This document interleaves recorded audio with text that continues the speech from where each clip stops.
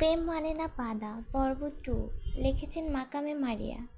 জানুয়ারি মাসে আমাদের দেশে শীতের প্রকোপ বেশি থাকে। শীতের কালে কুয়াশা থাকে প্রতিটা আনাচে কানাচে, প্রায় অন্ধকার অন্ধকার ভাব। সকাল শেষ হয়ে দুপুর হয়ে গেলেও ঠিক বোঝা যায় না যে আসলে সকাল নাকি দুপুর। সূর্য মামা তখনই উঁকিঝুঁকি মেরে লুকোচুরি খেলে। প্রেম খুব শক্ত করে কম্বল মুড়ি দিয়ে ঘুমাচ্ছে। শীতের সকালে ঘুমের শান্তিটা অতুলনীয়। প্রেম এবার অনার্স একমা বর্ষের ছাত্র। নতুন নতুন ভার্সিটিতে পা রেখেছে। আজ ক্লাস নেই বলে নিশ্চিতে ঘুম দিয়েছে। এমন সময়ে আরামের ঘুম ভেঙে দিতে আসছে আয়ান। এসেই ডাক শুরু করলো, ওই চাচ্চু, চাচ্চু উঠো না, আমাকে নিয়ে তাড়াতাড়ি স্কুলে চলো। আম্মু না হয় আমাদের দুজনকেই পিটাবে বলছে। বিরক্ত করো না তো আয়ান। তোমার আম্মুকে বলো না আজকে তোমাকে নিয়ে যেতে। কই ভাবলাম আজকে একটু ভালো করে ঘুমাবো, কিন্তু তোমাদের মা ছেলের জন্য সেটাও সম্ভব না। চাচ্চু যেহেতু ঘুমাচ্ছে তাই আজকে স্কুলে যাওয়া লাগবে না, এটা ভেবে আয়ান বেশ খুশি হয়েছিল। কিন্তু আয়ানের আম্মু নীরা সেই খুশিতে পানি ঢেলে দিল। কঠিনভাবে বলে দিল স্কুল ফাঁকি দেওয়া যাবে না। নীরার কঠিন আদেশ শুনে আয়ান প্রেমের কাছে এসে জোরাজুরি করেছে। এই মুহূর্তে আয়ানের চিল্লাচিল্লিতে প্রেম বাধ্য হয়ে বিছানা থেকে কোনো রকম ফ্রেশ হয়ে বের হয়ে রুম থেকে ডাইনিং রুমে যেতেই নীরা ডাকলো, প্রেম আসো, নাস্তা রেডি। নাস্তা করে বের হও। প্রেম কিছুটা মেজাজ দেখিয়ে বলল, একটা দিন একটু ভালো করে ঘুমাতে পারি না মা ছেলের জন্য। আজ আপনি নিয়ে গেলে কি এমন হতো ভাবি? আরে আরে দেবরজি, জানোই তো বাসায় অনেক কাজ, কি করব বলো তো। এখন তো ফুপুও আছে, আবার সে অসুস্থ মানুষ, আলাদা একটু যত্ন নিতে হয়তো। থাক হয়েছে, এসব যত্ন না নেওয়াই ভালো। এভাবে বলতে হয় না প্রেম, উনি তো আমার গুরুজন। যাই হোক, খেয়ে আমার ছেলেকে নিয়ে ক্লাস করতে যাও। তুমি ক্লাস করে এসো। স্কুলে এসে প্রেম মনে মনে আরুষিয়ার খোঁজ করছে। আয়ানকে ক্লাসের সিটে বসিয়ে দেওয়ার সময় দেখছে যে রাফা ক্লাসেই বসে আছে। ভেবেছিল বাইরে এসে আরুষিয়ার দেখা পাবে, কিন্তু না, ক্লাস শুরু চলতেই চলল, কিন্তু আরুষিয়ার দেখা পাচ্ছে না। এমন জানলে তো আর রাফারকে জিজ্ঞেস করতে পারতো যে তোমার ফুপি কই। কিন্তু কে জানতো যে আরুষিয়ার দেখা মিলবে না। মনে মনে এসব ভাবছিল প্রেম, আবার খুব বিরক্তও হচ্ছে। তেই সকালে মেজাজ দেখিয়ে আসছে বাসা থেকে। এখন আরুষিয়ার মুগ্ধতা ছেয়ে যাওয়ার মুখখানা দেখলে তো একটু মনটা শান্ত হতো, কিন্তু মন শান্ত হওয়ার বিপরীতে আরও বেশি মর্মাহত হচ্ছে। একটা ক্লাস শেষ করে রাফা বের হলো। রাফাকে বের হতে দেখে প্রেম কিছুটা লাফিয়ে উঠল। এটা ভেবে নিশ্চয়ই এখন ব্যাপারটা ক্লিয়ার হবে যে আরুষিয়া কই। কি হয়েছে? ব্যাপারটা দেখার জন্য প্রেম এক ধানে রাফার দিকে চেয়ে আছে। চোখের পলক একটু নড়ছে না। এবার চোখের পলক নড়লেই মনে হয় কিছু একটা আড়াল হয়ে যাবে। রাফার ছোট ছোট পা ফেলে বাহিরের সিটে বসে থাকা একটা মধ্যবয়স্ক ভদ্রমহিলার কাছে গিয়ে বলল, দাদিমণি, ওয়াশরুমে যাব। প্রেম একটু দূরেই ছিল, কান খাড়া করে শুনছিল রাফার বলা কথা। তবে সে স্পষ্ট শুনতে না পারলেও বুঝতে পেরেছে যে মহিলার সাথে আজকে রাফার স্কুলে এসেছে আর আরুষিয়ার আসেনি। এখন মাথায় খুব চিন্তা হানা দিচ্ছে যে আরুষিয়া কেন আসলো না। আমাদের মাঝে মাঝে মস্তিষ্ক কাজ করে না, তখন আমরা বুঝি যে আমরা কি করছি। অতি সামান্য কিছু নিয়ে খুব চিন্তায় পড়ে যাই, কিন্তু এমনটা কেন হয় সেটা আমাদের বোধগম্য নয়। তেমনি আরুষিয়া না আসতে প্রেমের চিন্তা বাড়া 2 গুণ। খুব অবস্থিত নিয়ে পুরো ক্লাস শেষ করলো। রাফা তার দাদিমণির সাথে করে চলে আসছে বাসার উদ্দেশ্যে। প্রেম কয়েকবার চেষ্টা করলেও রাফার সাথে কথা বলতে পারেনি। প্রেমের রাগ এখন সপ্তম আকাশে। প্রেম তার পরিবার সহ আগে থাকতো রাজশাহীতে। প্রেম বড় ভাইয়ের এখন ঢাকা পোস্টিং হয়েছে, যে কারণে জানুয়ারির প্রথম দিকেই ওরা ঢাকা শিফট করে।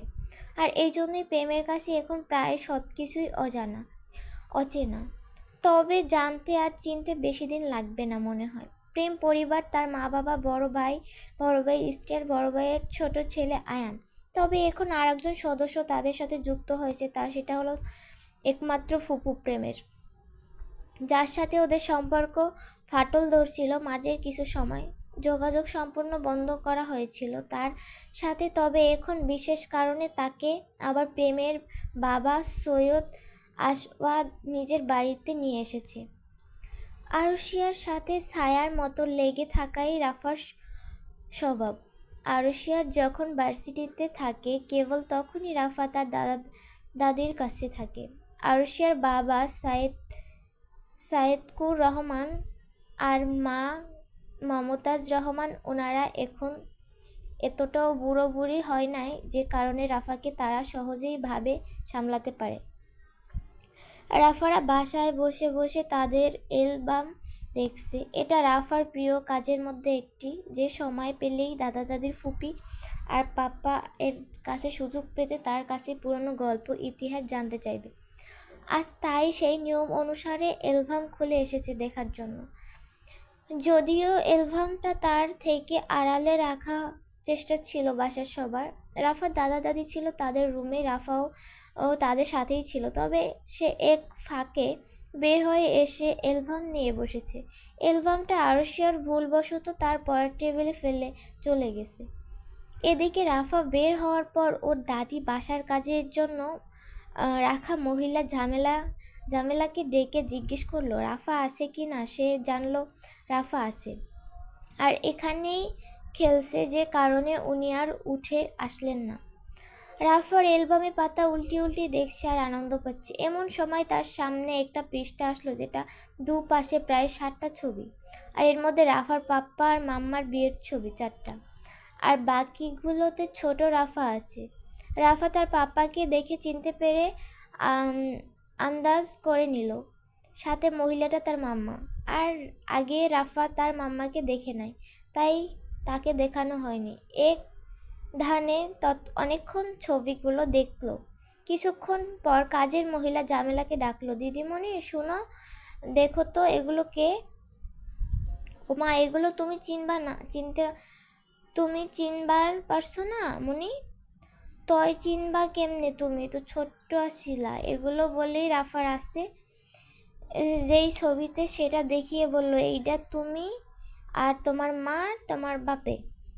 তোমার তখন 6 মাস চলে। রাফা বাকি 4টা ছবি যেগুলো ছিল তার বাবা মার বিয়েরগুলোতে হাত দিয়ে একটা ফ্যামিলি ফটো দেখিয়ে জিজ্ঞেস করলো, এখানে তো সবাইকে চেনা যাচ্ছে, কিন্তু এটা কে?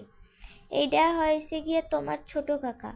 রাফার বিস্ময়কর দৃষ্টিতে তাকিয়ে থেকে জিজ্ঞেস করলো, তাহলে কাকা আমাদের সাথে থাকে না কেন? জামেলা যেই কিছু বলতে যাবে অমনি আরশিয়া তাকে কিছুটা ধমকে থামিয়ে দিয়ে বলল, এগুলো কি হচ্ছে খালাম্মা? আপনাকে বারণ করা হয়েছিল ছোট বাচ্চাটার সাথে এসব আলোচনা না করতে, তারপরও আপনি এগুলো করছেন? আহা মামুনি, হ্যাঁ তো আমার কাছে জিজ্ঞেস করছিল, তাই এই জন্য কইলাম। আর হ্যাঁ তো একদিন না একদিন এই সকল কিছু জানবই। এসব তুমি কি বলছো খালাম্মা? সে জানবে বলেই কি আমাদের এখন তাকে এগুলো জানাতে হবে? আর জানানোর দরকার মনে হলে তো আমরা আছি তাকে জানানোর জন্য। তোমাকে বলা হয়েছে রাফার সাথে শুদ্ধ ভাষায় কথা বলার জন্য, কিন্তু তুমি কেন কাজই ঠিকঠাক করতেছো না? এখন যদি আমি সময় মতো না আসতাম তাহলে তুমি ওরে কি না কি বুঝিয়ে দিতা। ভাগ্যিস আমার কাছে দরজার চাবি ছিল। জামেলা চুপ করে আছে। তাকে আগেই বারণ করা হয়েছে এ ব্যাপারে, কিন্তু সে খেয়াল রাখেনি এসব।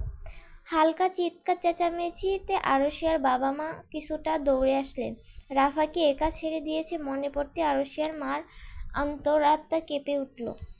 কে জানে কি হয়েছে আরশিয়ার, বারবার বারণ করছে। আর যাই হোক, রাফাকে যেন একা না ছাড়া হয়।